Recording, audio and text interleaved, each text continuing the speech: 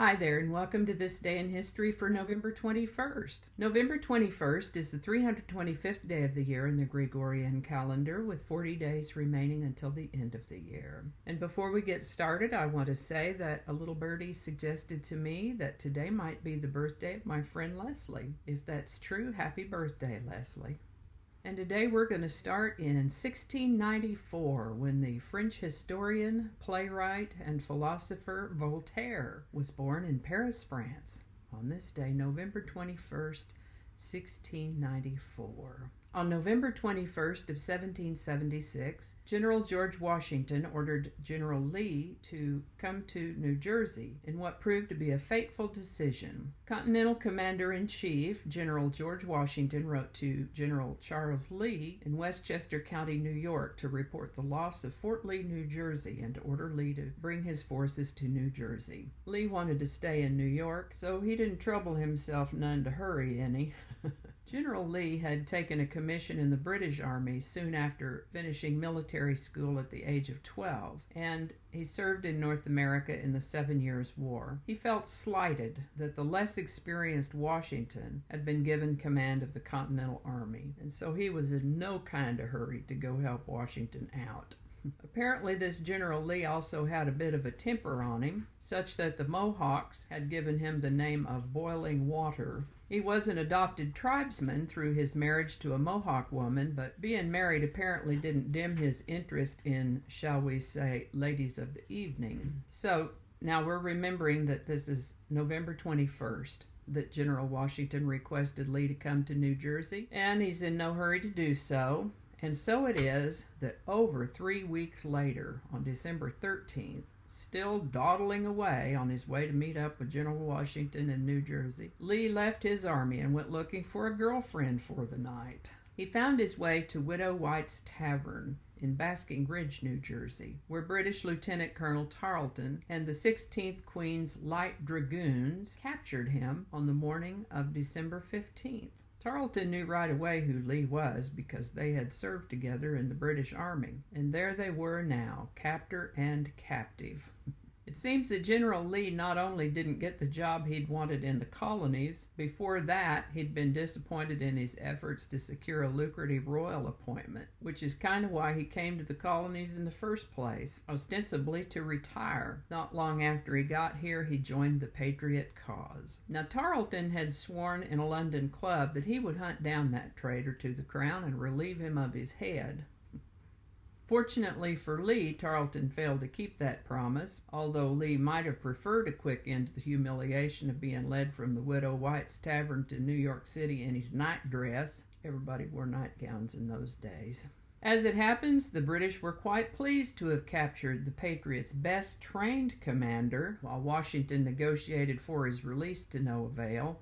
Meanwhile, the faithless and fickle Lee enjoyed his captivity, even drafting a battle plan for his captors from plush accommodations in which his personal servant maintained his 3 rooms and no doubt served his food and wine in a most civilized fashion, an early version of country club prison.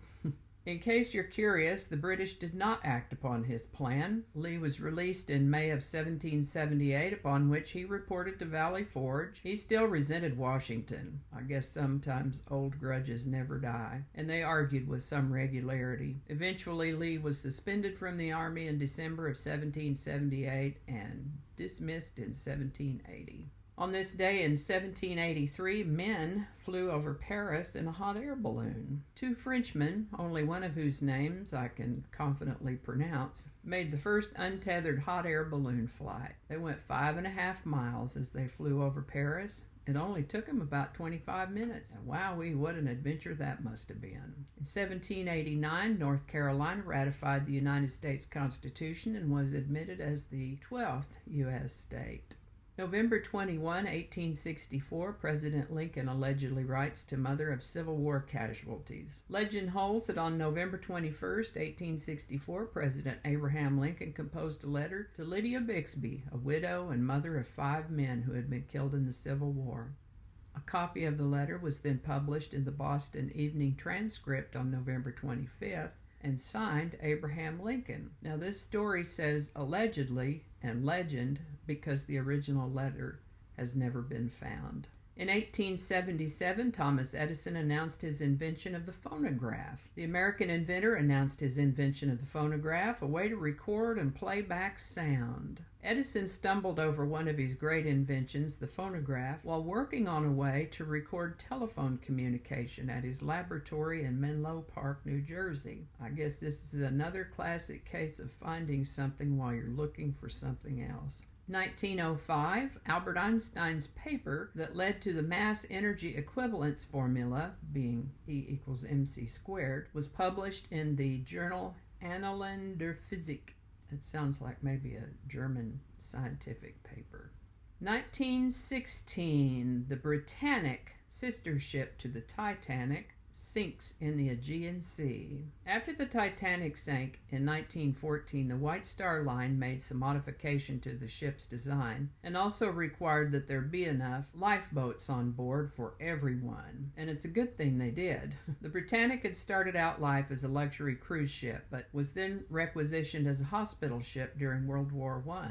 The ship was on its way to pick up some wounded when there was an explosion after hitting a mine in the water. 30 people died, but more than 1,000 were rescued and survived. On November 21st of 1920, American baseball player and manager Stan the Man Musial was born in Donora, Pennsylvania this day. He died in 2013 at the age of 93.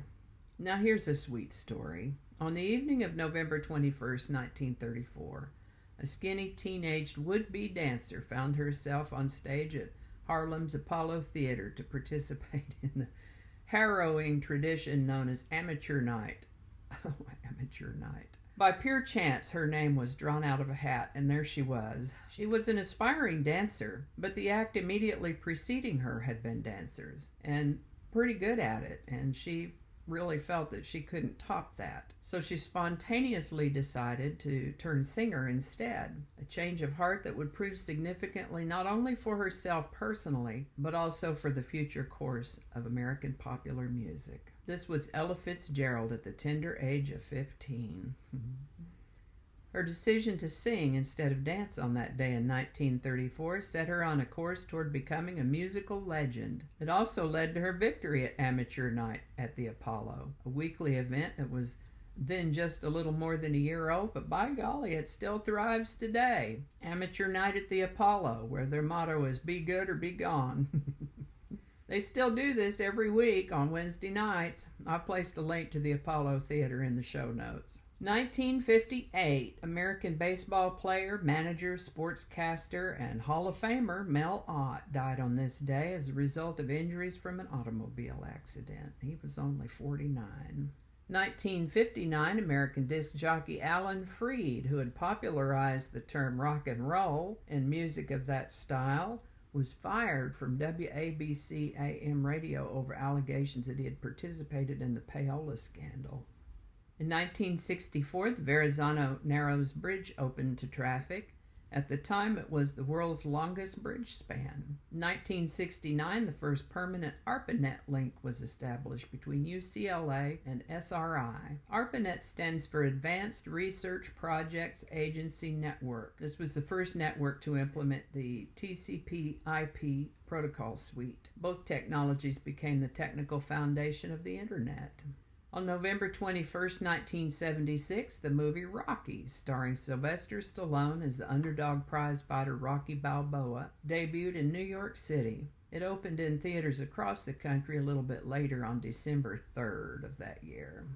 Oh my goodness. On November 21st, 1980, millions tuned in to find out who shot J.R.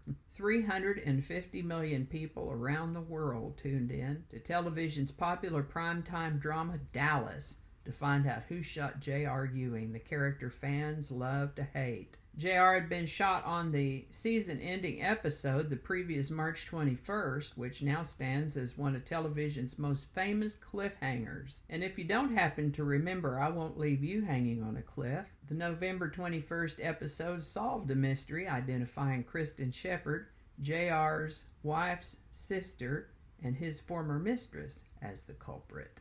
On November 21st, 1986, the Iran-Contra scandal began with shredded documents when National Security Council member Oliver North and his secretary started shredding documents that allegedly implicated them in the Iran-Contra affair.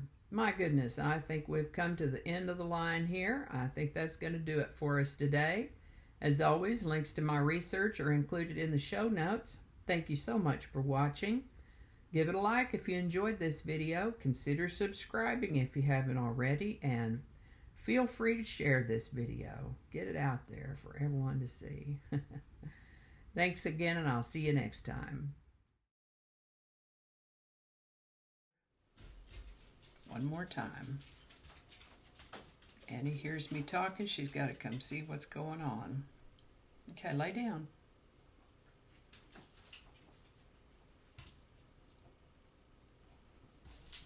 That's a good girl. Good girl. Let's do that one again. Okay, hold still. Blah, blah, blah, coffee mug. It's late enough in the day that we're off coffee and on fizzy water. Just read the words. Just read the words. That's a lot of words. Hope I pronounced that right. It's not September. Who knows what evil lurks in the hearts of men? She's not a man. Sure would be nice if I could ever read one of these in its entirety without having to start anything over. That would be awesome.